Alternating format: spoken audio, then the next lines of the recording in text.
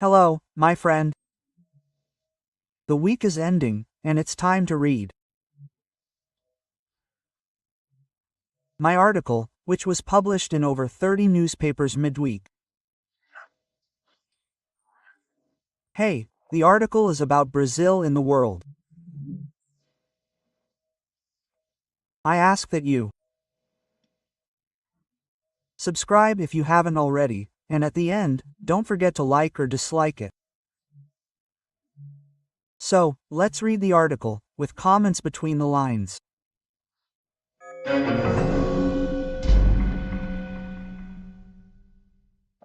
The title is The Big Four. I remember very well that after World War II there were meetings between the Big Four, right? It was the United States, Russia, France, and England, right? In fact, that was the division they made with Berlin, right? The capital of the Third Reich. That's why this iconic name of the Big Four became the four most powerful in the world. At the end of World War II, France benefited greatly, right? So, I'll start by saying that the phone call between Trump and Lula reinforced the idea of a personal meeting. Lula mentioned the possibility of meeting at the East Asian Summit in Malaysia on the 26th, like Lumpur.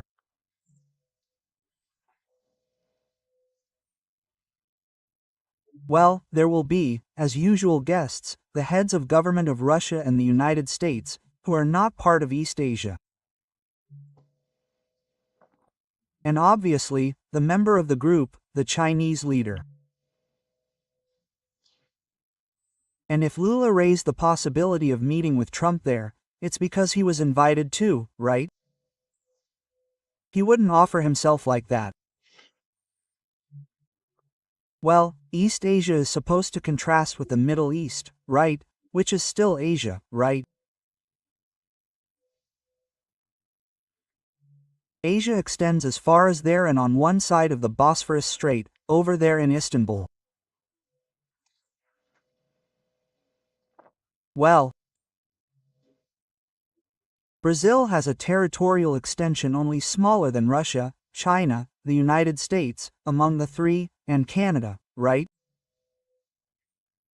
It's among the largest in terms of territory, 8 million, and 4 times as large. In population, we're behind China and the United States, among these large ones, but well ahead of Russia, with all that territorial extension. Russia begins in Europe and ends in Asia, right? It extends from the Baltic to the Bering Strait.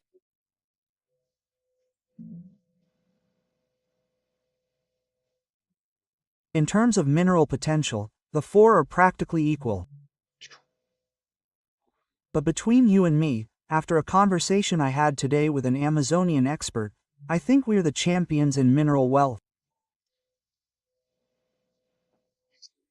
So I'll say, the four are equal, because China has a large territory, and so does Russia, right?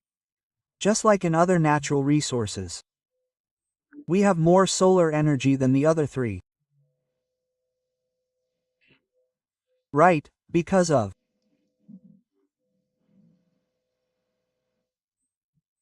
longitude and latitude, right? We have a lot of sun between the equator and the Tropic of Capricorn, they're way above the equator. Well, we have something else. Much more than that, right? We don't have earthquakes and volcanoes. These are major natural disasters, but hurricanes, gales, cyclones, which we don't have here.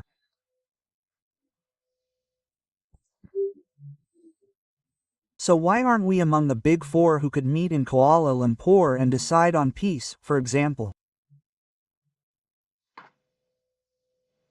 Peace, Ukraine, Russia. Peace, the Middle East that Ramaz promises, I don't believe, right? The second paragraph, comes the answer. The thing is, we don't have the military might of others. Like China, the United States, or Russia. And furthermore, we don't have the economic might of others. Even though just a few decades ago, I remember, we were well ahead of China. And have a gigantic natural factor. The first ingredient for producing wealth, as we learn in economics.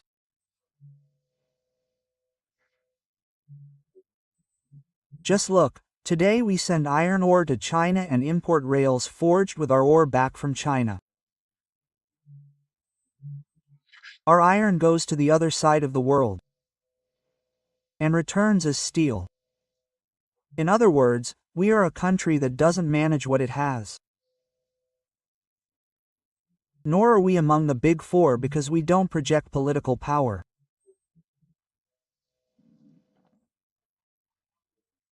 The head of government of tiny Israel has a more powerful voice than the one in Brasilia. 50 years ago, economist Edmar Bcha coined the term Belindia. We were a Belindia, a small, rich country like Belgium, but within a poor giant like India.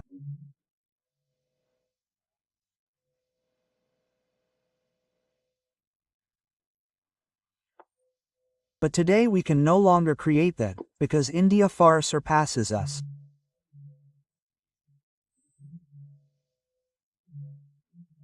It is the world's fourth largest economy, tied with Japan and India, and has the largest population on the planet. What do we lack? Education, which comes from the family, and teaching, which comes from schools.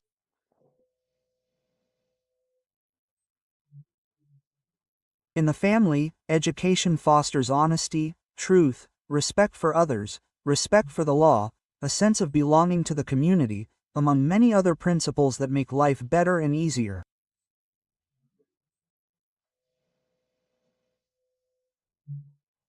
We go to school to learn numbers, letters, science, and knowledge of the country and the world.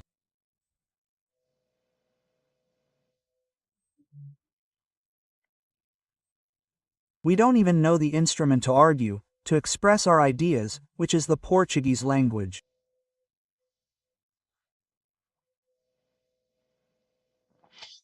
We don't even understand the basics of exercising democracy.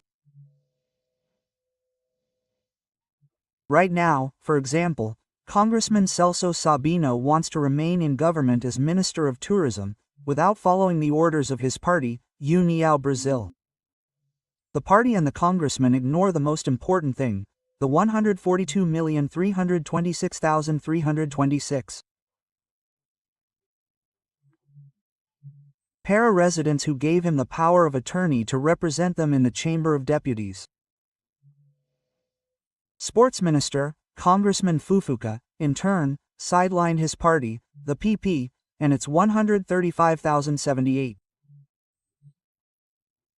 sponsors to have a single sponsor, Lula.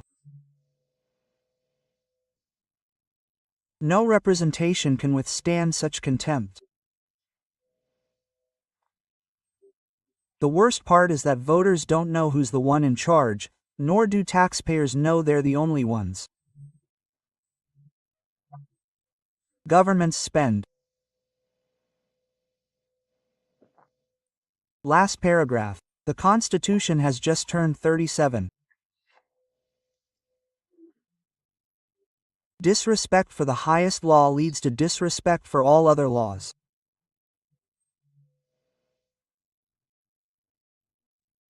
And then arbitrariness reigns, the will of those with the power to enforce orders despite the principles enshrined in democracy.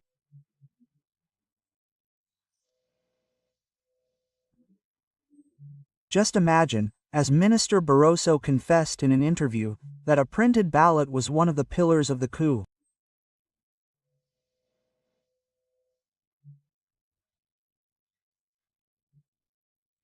In other words, a printed receipt would be used to undermine the belief of the court that judges with futurology, a minority report, like that movie where people were arrested to prevent them from committing a crime they were supposed to commit in the future.